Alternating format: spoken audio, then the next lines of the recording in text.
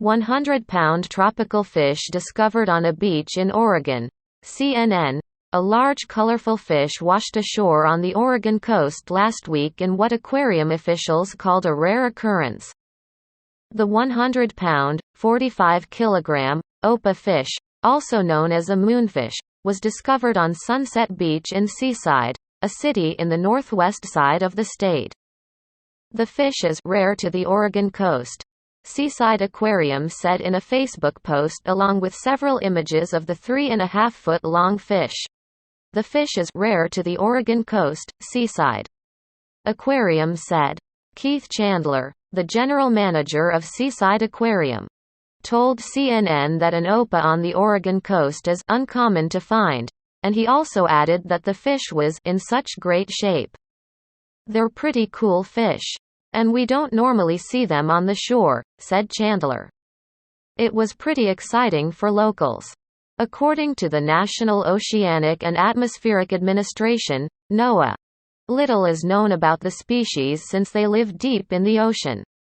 The species is usually found in temperate and tropical waters. The Opa is an unusual-looking fish, according to NOAA. They have a round, flat body that's silvery gray in color. Toward the belly of the fish, the silver shades to a rose red, dotted with white spots, reads NOAA's website. Their fins and mouth are red, and their large eyes are encircled with gold. Due to the condition the fish was found in. Chandler believes that it had only been on the beach for less than an hour before the aquarium staff got a notification for it. Unfortunately, it washed up not living. But we got to it before the birds, he said. The Opa is being stored in a large freezer, Chandler said.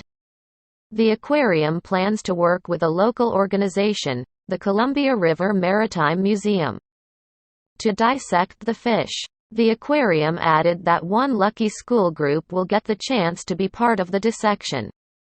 Chandler said the aquarium plans to get all the data possible from the dissection to learn more about the species. Hollywood Ripper, serial killer sentenced to death for the murders of 2 women and attempted murder of another. CNN. The man known as the Hollywood Ripper was sentenced to death on Friday in the murders of 2 women and the attempted murder of another. A court spokesperson told CNN. Michael Gargiulo, 45, was found guilty of the charges by a California jury in August 2019. The case, which was delayed by the coronavirus pandemic and other procedural issues, came under a national microscope because one of his victims was murdered on the night she had plans to go on a date with actor Ashton Kutcher, who later testified during the trial. Prosecutors had painted Gargiulo as a killer who charmed women in Los Angeles and surrounding areas, suggesting he was a friendly neighbor and handyman before breaking into their homes and stabbing them to death. Gargiulo maintains his innocence. CNN has reached out to Gargiulo's attorney Daniel Nardoni for comment. Los Angeles Superior Court Judge Larry Paul Fiedler handed Gargiulo his death sentence Friday and denied his request for a new trial, calling the attacks completely vicious and frightening. The court's spokesperson said Gargiulo was convicted in the murders of Ashley Ellerin, 22, and Maria Bruno, 32. In addition to the attempted murder of 26-year-old Michelle Murphy in 2008. Kutcher had said during his testimony that he went to Ellerin's home to check on her because she didn't show up to their date. He said he called the police after realizing what had happened to Ellerin. Mr. Kutcher looked in the window and saw what he thought was spilled wine on the floor, Deputy District Attorney Dan Aikman told the jury at the time of the trial, according to CNN affiliate KABC. We believe now the evidence will show that was actually blood, and Ashley had already been murdered. She had been stabbed 47 times. Separately, Gargiulo faces another charge in the 1993 killing of an 18-year-old woman in Illinois after allegedly repeatedly stabbing her at her doorstep after she spent the night out with friends. He is currently awaiting trial in this case. CNN has reached out to the Los Angeles District Attorney's Office for comment. COVID vaccination centers vandalized in France. 2 vaccination centers have been ransacked in France amid protests over the government's introduction of tougher coronavirus rules. One site in southeast France was vandalized and flooded with fire hoses on Friday night, authorities said. A day later, another clinic in the southwest was partially destroyed in what local media called an arson attack. The incidents came on a weekend of demonstrations against COVID measures. On Saturday, more than 100,000 people took to the streets across France to denounce rules designed to tackle rising infections. The controversial measures include mandatory vaccinations for health workers and health passes to access most public places. Critics have accused President Emmanuel Macron's government of violating their freedoms. Anti-vaccine graffiti was found near a vandalized vaccination center in Lannes en Vercors near the southeastern city of Grenoble. Saturday's arson attack targeted a clinic in the village of Arun near Biarritz in the southwest. Meanwhile, at a rally in Paris on Saturday, French politician Martine Warner told protesters to «lay siege» to the offices of lawmakers who backed the government's COVID policies. A prominent skeptic of COVID vaccines, Ms. Warner faced a potential legal inquiry and was forced to quit her opposition group in Parliament on Sunday. She said her words had been misconstrued. France has seen several acts of violence and vandalism against lawmakers who supported the new vaccination rules. Yet hundreds of thousands of people have signed up for the jabs after Mr. Macron unveiled the plan last week. His government is attempting to curb the spread of the highly contagious Delta variant, which is causing a surge in hospital admissions. More than 111,000 people have died with COVID in France during the pandemic, which has severely damaged the country's economy. Last week, a panel of scientists who advise the French government warned of a fourth wave in the coming months. Only a little over half of the population has received a first dose and less than 40% have had 2 shots. Surveys suggest there is widespread vaccine hesitancy in France. A study by Ipsos late last year found only 40% of people surveyed in France intended to receive a COVID vaccine. Enormous scale of destruction is revealed as water subsides after historic Western Europe flooding. CNN. At least 189 people are dead and hundreds more remain missing after catastrophic flooding hit large swaths of Western Europe, with tens of thousands unable to return to their homes and many still left without access to power and drinking water. The flooding, caused by unprecedented rainfall, has hit parts of western Germany before shifting to neighboring Belgium and the Netherlands. Several areas across the southern Netherlands remain evacuated after the River Maas rose to levels not seen in over a century on Saturday. In Venlo, a city that sits right on the Maas, 10,000 people had to leave their homes. The rapidly rising water levels forced volunteers and the military to race against the clock on Saturday to prepare the city for the flooding. They produced sandbags and put up flood defenses while engineers focused on strengthening the dikes after one such embankment broke in the South Limburg province on Friday, causing large-scale flooding in the surrounding areas. The preparation paid off. The Venlo Regional Security Agency said the dikes and flood defenses held overnight and no major flooding was expected. Meanwhile, in Germany, the true scale of the destruction brought by the floods was being revealed as the water subsided over the weekend, leaving behind devastation, mud and chaos. Entire towns, train lines and roads were swept away and at least 158 people have died in what the German president Frank-Walter Steinmeier described as the worst natural disaster in a century. By far the most deaths were reported in the western state of Rhine-Palatinate, where 110 people lost their lives, according to a statement issued by Koblenz police on Sunday. Visiting should. One of the worst-hit towns, on Sunday. German Chancellor Angela Merkel said the devastation was surreal. It is shocking. I can almost say that the German language doesn't have words for the devastation, she told reporters in the town of Adenau, in Rhineland-Palatinate. Merkel promised her government would provide financial aid quickly. Speaking alongside Merkel, Rhineland-Palatinate State Premier Malu Dreyer said the area was a place of horror and destruction. Pope Francis expressed his solidarity with the regions hit by the disaster.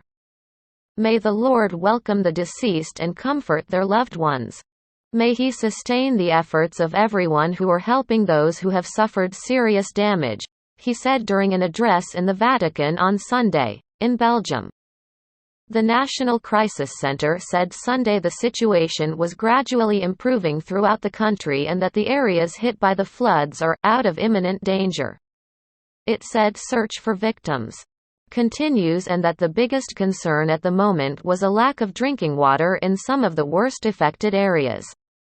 At least 31 people have died in the country, according to the center. Rescue operations have concluded, but search operations are still ongoing in a number of areas, the center said in a statement. The devastating floods came after parts of Western Europe experienced historic levels of rainfall, with more than a month's worth of rain falling in 24 hours. Cologne, in North Rhine-Westphalia, recorded 154 mm, 6 inches of rainfall in the 24 hours to Thursday morning, which is nearly double its monthly average for July of 87 mm. In the Ahrweiler district, 207 mm, 8.1 inches, of rain fell in only 9 hours, according to the European Severe Weather Database. The downpours resulted in extreme flash flooding, with water levels rising within minutes. While it's too early for scientists to say how big a role climate change has played in causing this particular flooding, extreme rain events like the ones seen in Western Europe this week are becoming more common and more severe. CNN's Sam Kiley, Tomas Etzler, Atika Schubert, Vasco Cotovio, Sarah Dean, Barbara Wojcizer, Sharon Braithwaite, Martin Goelindo and Joseph Adaman contributed reporting. Ivana Kotasova wrote from London. Fauci says polio would still exist in the U.S. if the false information currently being spread existed decades ago. CNN. If the health misinformation currently spreading regarding coronavirus vaccines existed during the days of polio, it would have never been eradicated, Dr. Anthony Fauci, President Joe Biden's chief medical advisor, said Saturday. Asked by CNN's Jim Acosta about the misinformation spread by Fox News regarding the COVID-19 vaccines, Fauci said, "We probably would still have polio in this country if we had the kind of false information that's being spread now."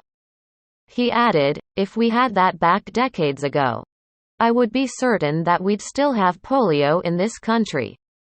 The statement comes as dangerous falsehoods about COVID-19 vaccines are swirling and as health experts warn of the more transmissible Delta variant's increasing spread among unvaccinated Americans. Nationwide vaccination rates are dropping. While in 46 states, the rates of new COVID cases this past week are at least 10% higher than the rates of new cases the previous week, according to data from Johns Hopkins University. Fauci, the director of the National Institute of Allergy and Infectious Diseases, told Acosta the vaccines are shown to be highly effective in preventing symptomatic, clinically apparent disease. Yet less than half of the U.S. population, 48.5%, per the latest data from the U.S. Centers for Disease Control and Prevention, are fully vaccinated. And it's the communities with lower vaccination rates that are at risk. Despite the rise of the Delta variant, Still 97% of people who are hospitalized or killed by this virus are unvaccinated, said Dr. Paul Offit, director of the Vaccine Education Center at Children's Hospital in Philadelphia and a member of the U.S. Food and Drug Administration's Vaccine Advisory Committee. If the Delta variant were escaping, essentially, immunity induced by vaccination, then you should have seen a rise in people who were vaccinated, but nonetheless were still hospitalized and killed. And that hasn't happened. Among those states that have fully vaccinated less than half of their residents, the average COVID-19 case rate was 11 new cases per 100,000 people last week, compared to 4 per 100,000 among states that have fully vaccinated more than half of their residents, according to a CNN analysis of data from Johns Hopkins University. If you look at the extraordinary success in eradicating smallpox and eliminating polio for most of the world, and we're on the brink of eradicating polio, if we had had the pushback for vaccines the way we're seeing on certain media, I don't think it would have been possible at all to not only eradicate smallpox, we probably would still have smallpox, said Fauci. Polio once was a common virus. In some young children it can affect the nerves and cause muscle weakness or paralysis. There is no treatment and no cure, but getting vaccinated can prevent infection. Just in August 2020, polio was eradicated from Africa after governments and non-profits had worked since 1996 to eliminate the virus with sustained vaccination campaigns. Polio has now been eradicated in the Americas, Southeast Asia, Europe, most of Australasia and in Africa. Wild strains of polio circulate now in only 2 countries, Afghanistan and Pakistan. CNN's Dakin Adone, Travis Caldwell, Caitlin Collins, Donnie O'Sullivan, Naomi Thomas and Aisha Saladin contributed to this report. Investigation into the Surfside condo building collapse won't begin while the site remains a crime scene. Expert says, CNN, the Surfside community in Florida is anxious to learn what caused the condo building collapse that has killed at least 97 people. But a structural engineer said the investigation will not reach full force until search crews have finished their work. The site is currently under the control of the Miami-Dade Police Department and is classified as a crime scene following the collapse on June 24, Alan Kilsheimer, a structural engineer hired by the city, told CNN. As of Sunday, 95 of the 97 victims recovered have been identified. Miami-Dade County said last week that, moving forward, it will only be reporting the number of victims who have been identified. Out of respect for the families who are still waiting and to ensure we are reporting the most accurate possible numbers, officials vowed to continue the search until every loved one is found. And while families and the community grieve the victims, some residents worry that whatever caused the collapse could happen to their building, too, Kilsheimer said. The first night that he was on the scene, Kilsheimer, who also investigated the aftermath of the 9/11 attack on the Pentagon, said he had about 20 or 30 theories of possible triggers. Since then, he eliminated some but added 5 or 6 more, he said, but won't be able to narrow it down while the search continues. Until they do their job. We can't go in to do samples of materials and take those samples and test them to understand what the various components of the building that came down was, he told CNN's Ana Cabrera. Members of a search and rescue team work in the rubble. Multiple requests for access this week. Florida State Attorney Catherine Fernandez Rundle acknowledged the multiple requests by engineers and attorneys to gain access to the site. Engineers from the federal agency National Institute of Standards and Technology, NIST, were deployed to Surfside with congressional authority to gather evidence and determine how and why the Champlain South Tower collapsed. NIST is the fact-finding agency responsible for investigating building collapses such as the World Trade Center, much like the NTSB investigates plane crashes, Rundle said in a statement. We cannot forget that the scene and all the related materials are still under active investigation, preservation and examination, and as usual, law enforcement is in charge of the scene, Rundle noted. It is my understanding that once NIST, the Miami-Dade Fire Rescue and Miami-Dade Police Departments determine that it is safe and appropriate for others to gain access to the site, they will be permitted to do so under guidelines set forth by those agencies, Rundle said. Crews. We are almost there. Aside from brief weather and safety delays concerning the dangerous and unstable conditions at the collapse site, search crews have been working around the clock. As that work continues, casualties are still being determined. On Saturday, officials named another person who died in the collapse. 36-year-old Teresa Velasquez was recovered from the rubble on July 8, according to Miami-Dade police. 2 additional victims were identified by police on Friday. 51-year-old Brad Cohen and 79-year-old Maria Popa were recovered on July 7 and July 9, respectively. At least 22 million pounds of debris and concrete have been removed from the site, according to Miami-Dade County. On the original collapse site, we are almost at the bottom, Miami-Dade police spokesperson Alvaro Zabaleta told CNN Thursday. Does that mean we are almost done with the search? No. Until we clear the entire site and find no more human remains, we are not done. We are almost there, Zabaleta added. CNN's Travis Caldwell, Rosa Flores, Rebecca Reese, Leila Santiago, Claudia Dominguez and Tina Burnside contributed to this report. European officials say, climate change has arrived, as deadly floods engulf entire towns. Berlin, CNN. European officials have said climate change contributed to this week's extreme flooding, which has left entire towns submerged and more than 120 people dead. Scientists have for decades warned that climate change will make extreme weather events, including heavy rain and deadly flooding, more likely.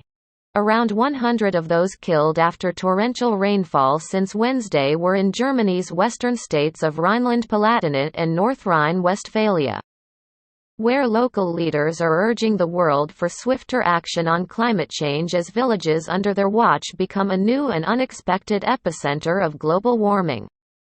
Neighboring Belgium has also been hit hard by the floods, which have killed 20 people in the country and could rise further, Interior Minister Annelies Verlinden said Friday at a press conference.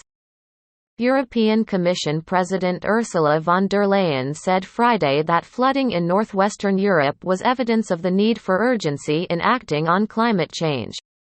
Science tells us that with climate change, we see more and more extreme weather phenomenons that last longer, said von der Leyen. 2 days after unveiling an ambitious package of climate change proposals for the EU. It is the intensity and the length of these events when science tells us this is a clear indication of climate change and that this is something that really shows the urgency to act. German Chancellor Angela Merkel on Thursday met with U.S. President Joe Biden in Washington, D.C., where she welcomed America's return to the Paris Agreement on climate change, saying it would strengthen this year's annual climate talks, known as the Conference of the Parties, in Glasgow, Scotland, later this year. We talked about the challenges of climate change, and I'm very, very glad that the United States have returned to the Paris Accord, and that this gives us a very different basis in Glasgow to fight for more climate protection at the Conference of the Parties, she said.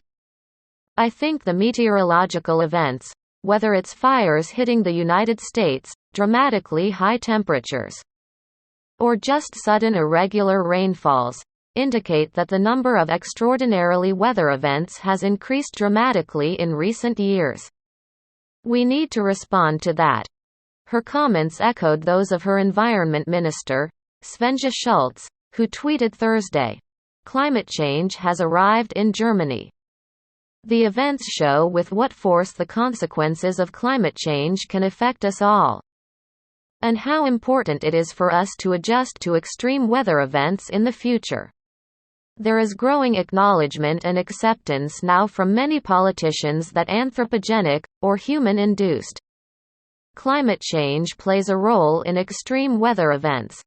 Biden, for example, recently linked the extreme heat and prolonged drought in the U.S. to climate change.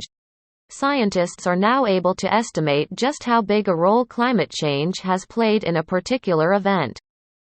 It's too soon to make conclusions about current flooding in Europe, but estimates are likely to be made in coming days.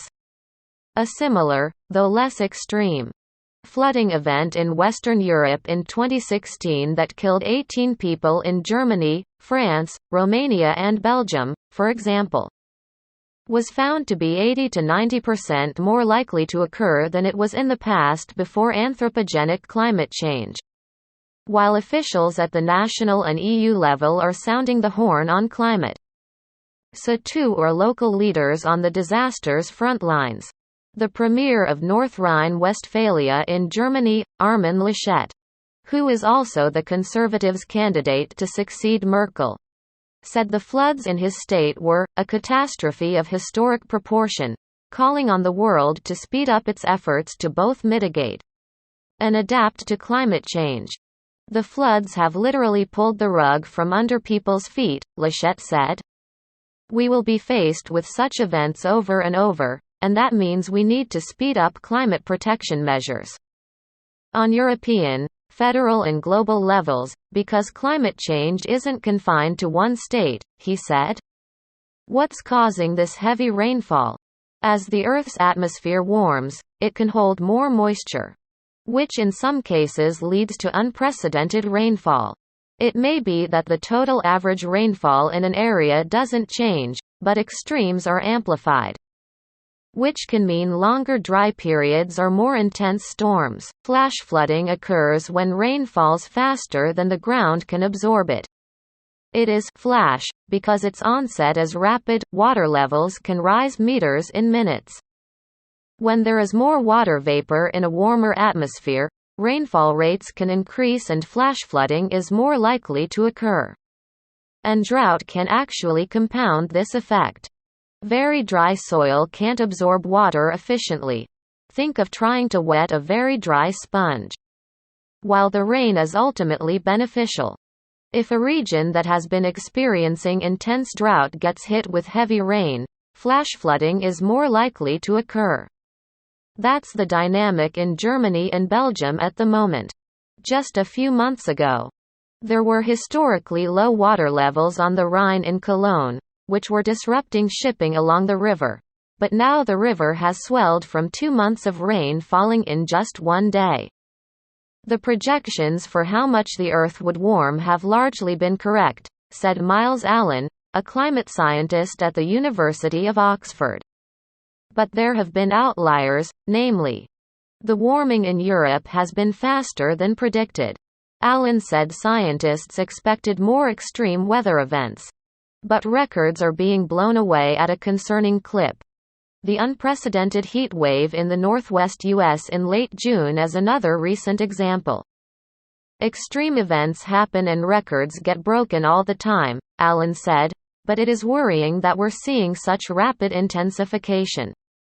With more action," he said, "climate change could be addressed in a generation."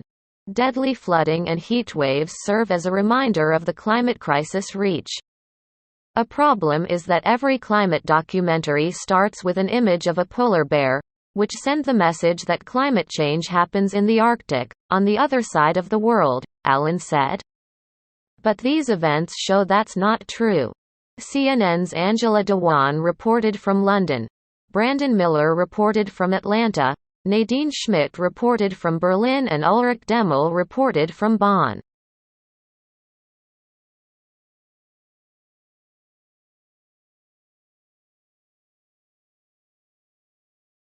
Over 55 million Americans at risk for flash flooding this weekend. Over 55 million Americans are at risk for flash flooding this weekend as severe weather heads toward the Northeast. Portions of the Northeast are nearly 5 times wetter than average for July so far. New York and Boston both could approach all-time wettest July before the month's end. More catastrophic flooding across Western Europe leaves over 100 dead. Scores missing. Tornadoes and damaging winds are also possible in the Northeast today. A slow-moving frontal system is bringing very heavy rain from the central U.S. to the East Coast. Over 3 inches of rain caused flash flooding in the Detroit region on Friday. Over 5 inches of rain was reported in Indiana. Nearly 6 inches of rain was reported in Illinois, and over 10 inches of rain was reported in Kansas. The system is moving east this morning and will bring more heavy rain to parts of the Ohio Valley and ultimately into the Northeast. Severe storms, including the risk for possible tornadoes and damaging winds, will be possible from Maryland to New York today, including Philadelphia and New York City. Flash flood watches are in effect from Indiana to Massachusetts. The rainfall threat across parts of the Northeast is particularly concerning. The region is well above average for rainfall. New York City has had 8.49 inches of rain so far for the month of July. To put that in context, New York City's average rainfall for all of July is 4.60 inches. The wettest July on record in New York City is 11.89 inches. Boston has had 8.92 inches of rain so far in July. Boston currently is having its third wettest July on record. The wettest July on record in Boston is 11.69 inches. The precipitation forecast for storms Saturday and Sunday shows locally over 3 inches of rain. While not a certainty, it is looking possible that Northeast cities will be approaching or exceeding their wettest July on record, and that may happen this weekend, in spots. Flash flooding is a concern, as the ground is very saturated. The heavy rain will likely cause flash flooding very quickly. Meanwhile, in the west, a heat wave is persisting across parts of the region. But it is not nearly as bad as the last few heat waves have been. In fact, there are only a couple of records being threatened over the next few days. More millions in West still threatened by dangerously hot temperatures. More concerning is the risk of dry lightning across California and western Nevada on Sunday night. Dry lightning can quickly start wildfires that will quickly burn out of control. Additionally, more monsoon-related flooding will be possible across Arizona and New Mexico. Here are the updated fire numbers. People unvaccinated against COVID-19 risk the most serious virus of, expert says, CNN, with vaccination rates still not at the threshold needed to stop the spread of COVID-19. Most Americans who are unprotected will likely contract the rapidly spreading Delta variant, one expert said. And for most people who get this Delta variant, it's going to be the most serious virus that they get in their lifetime in terms of the risk of putting them in the hospital, Dr. Scott Gottlieb, Commissioner of the U.S. Food and Drug Administration during the Trump administration, told CBS Face the Nation Sunday. Delta is the most transmissible COVID-19 variant yet, U.S. Surgeon General Drive Vivek Murthy told CNN. And experts say it is exacerbating the rise in cases among unvaccinated Americans. In Los Angeles County, the rate of new COVID-19 cases has increased 300% since July 4. The county health department said. COVID-19 hospitalizations have more than doubled from the previous month.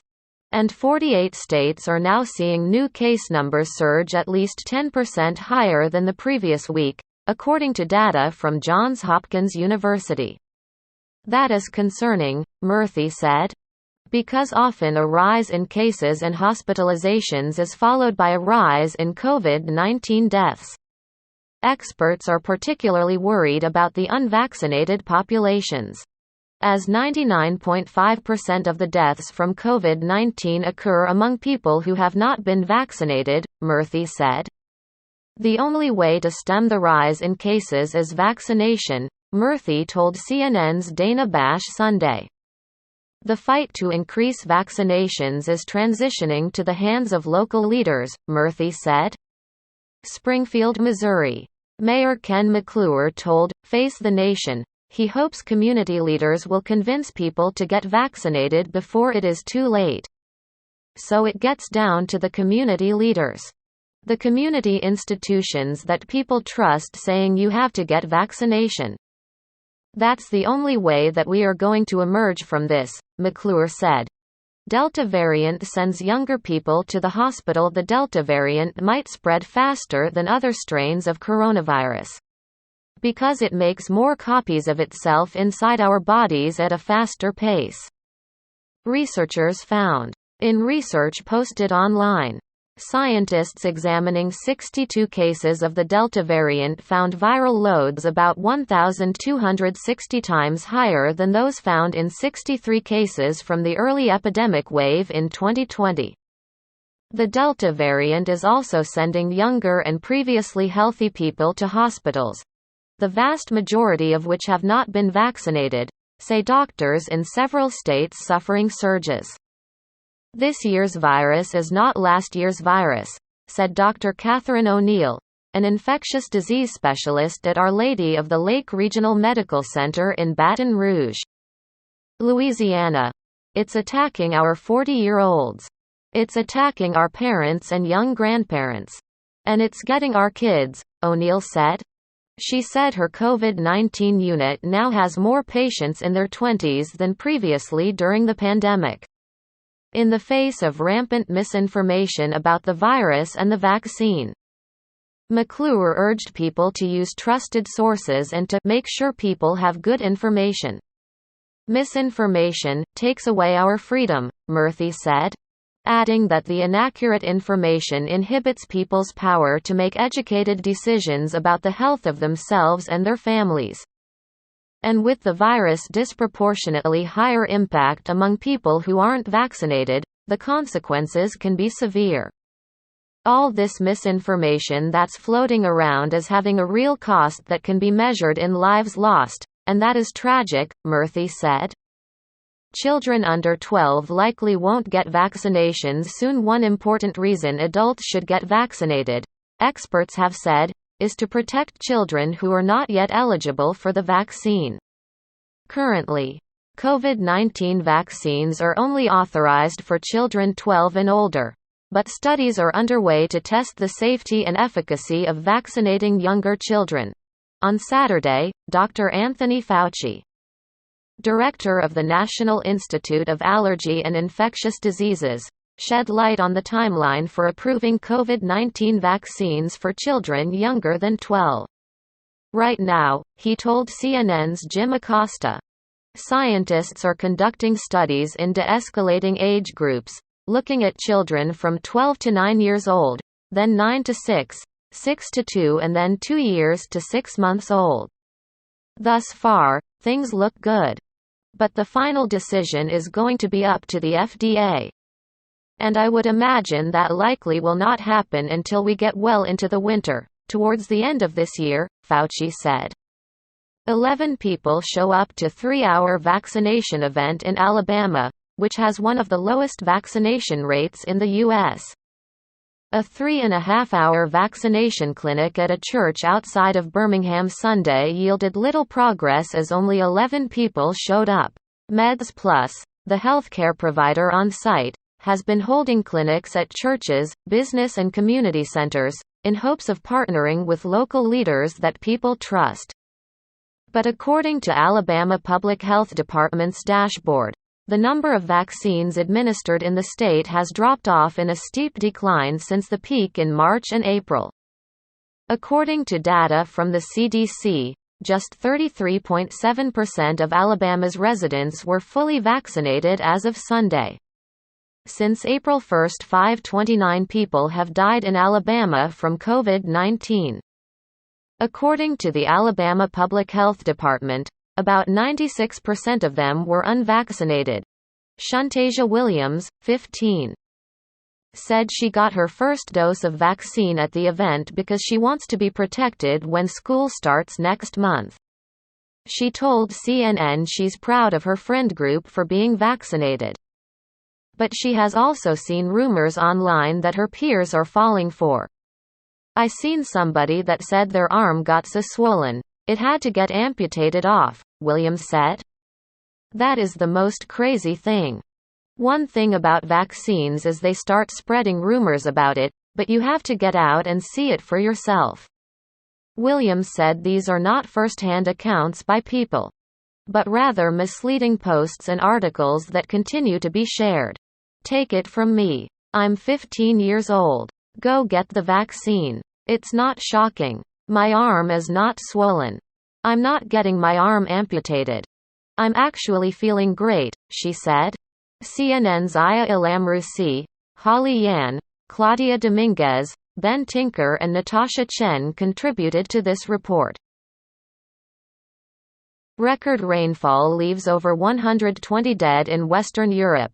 Devastating parts of Germany. Berlin, CNN, catastrophic flooding in Western Europe has killed more than 120 people, with hundreds more missing. Authorities said Friday, as large-scale rescue efforts continue amidst rising water, landslides and power outages. Shocking images of the devastation in Germany and Belgium showed entire villages underwater, with cars wedged in between collapsed buildings and debris. The Netherlands and Luxembourg have also been affected by the extreme rainfall. In Germany, at least 103 people have been killed across 2 western states. In the hard-hit district of Ahrweiler, in the state of Rhineland-Palatinate, authorities told CNN that 1,300 people remained unaccounted for. There is no end in sight just yet, Ulrich Sopart, a police spokesman in the city of Koblenz, told CNN. He said that authorities are hopeful that they will be able to revise down the number of missing people as the rescue operation continues and phone lines are restored. Our hopes are that some people might have been registered as missing twice or even 3 times, if for example a family member, a work colleague or a friend has registered a person as missing, Sopart said. Also, in some places phone lines are still down and reception is difficult. We do hope that people will get in touch with a relative, work colleague or friend to let them know they are fine, he said. At least 165,000 people are currently without power in Rhineland-Palatinate and the neighboring state of North Rhine-Westphalia, authorities told CNN. In North Rhine-Westphalia, where at least 43 people have died, the state's Interior Ministry spokeswoman Katja Heinz told CNN. The situation remains very dynamic. We do not know how many people are unaccounted for. The death toll in Rhineland-Palatinate has risen to at least 60, the state premier, Malu Dreyer, announced Friday, adding that there was bad news every hour. We have 60 dead to mourn at the moment and it is to be feared that the number will rise even further. Dreyer said at a news conference, adding, "We have not yet reached the stage where we can say that situation is easing." The German states of North Rhine-Westphalia, Rhineland-Palatinate and Saarland have been the worst affected by the record rainfall, which authorities have called the heaviest in a century.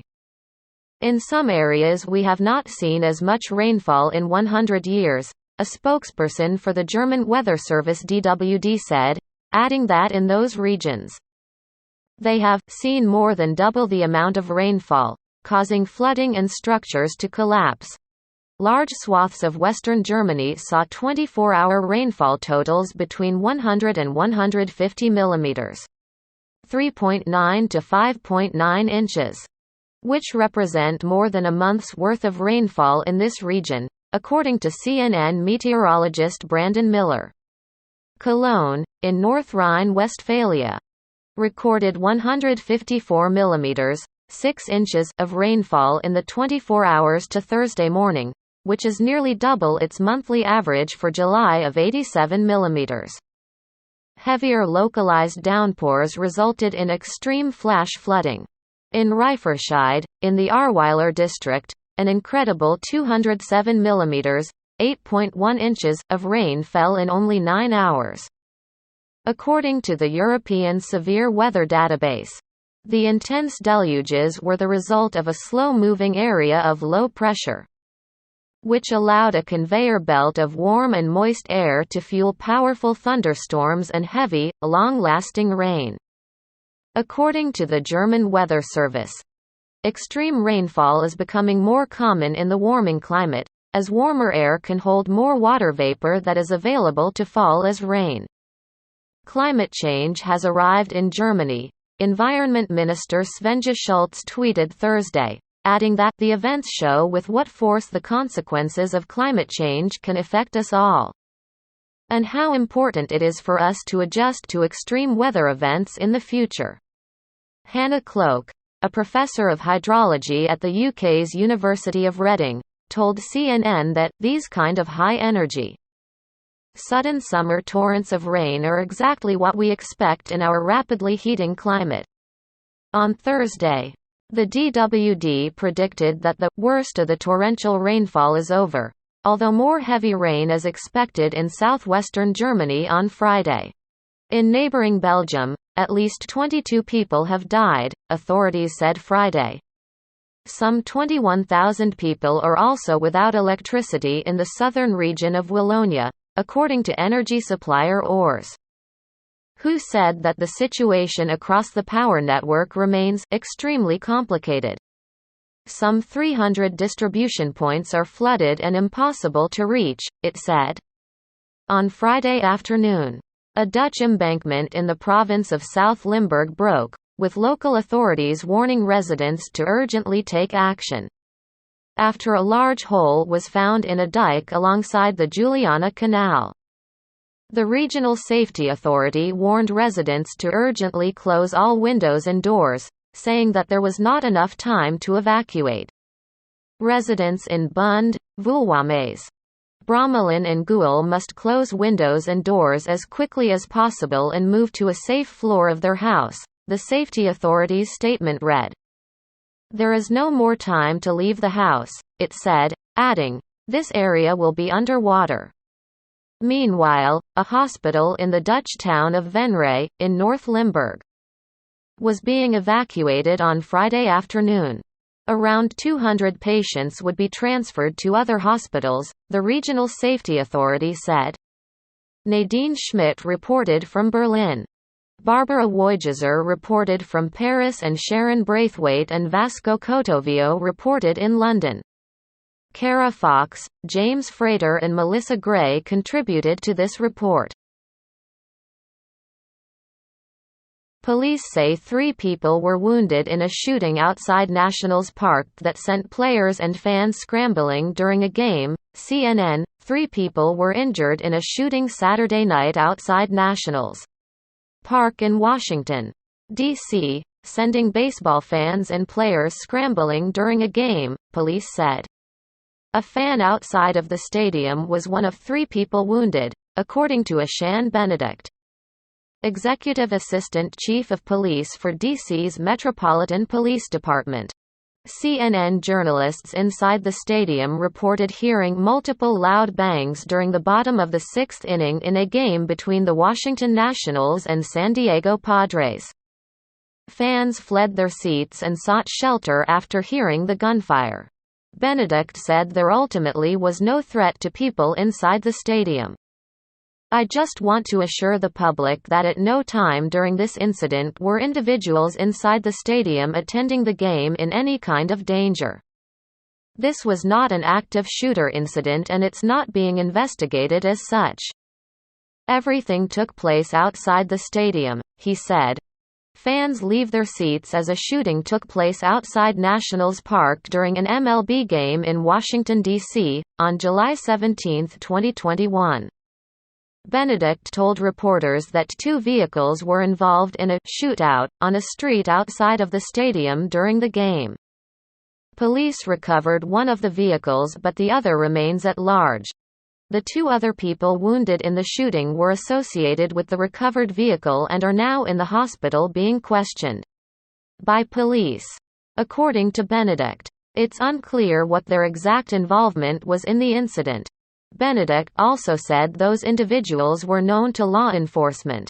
The fan who was shot, a woman, is expected to recover, Benedict said. Police initially said in statements posted on Twitter that 4 people were shot. The Washington Nationals had fans shelter in place inside the stadium during the immediate aftermath of the gunfire, according to Scott Feer, Vice President for Public Safety and Security for the Washington Nationals. A message on the scoreboard shortly after the shooting told fans to remain inside the baseball park. But it was later updated to say it was safe for fans to leave the stadium. We held shelter in place for approximately 10 to 15 minutes. At that time we said fans were allowed, not that they had to. But they were allowed to exit through center field gates and right field gates on the other side of the stadium, because MPD had let me know that it was safe enough that they could go outside. Out of the gate that way, said Feer. The remainder of the game was suspended until Sunday afternoon, the Nationals said on Twitter. The suspended game will resume beginning at 1:05 p.m. Eastern Time and be completed as a 9-inning regulation game, the team said. Game 3 of the Nationals-Padres series that was originally scheduled to begin at the same time Sunday but will instead be played at the conclusion of the suspended game, the team said. San Diego Padres star Fernando Tatis Jr. posted on Twitter his appreciation for those who responded to the shooting. Hope everyone is safe. Just keep the prayers up. Thank you everyone that help in the front line. God bless, he said. CNN's Sam Feist, Lindsey Knox, Morgan Rimmer, Sonnet Swire, Aya Ilamrusi, Andy Rose and Jacob Lev contributed to this report.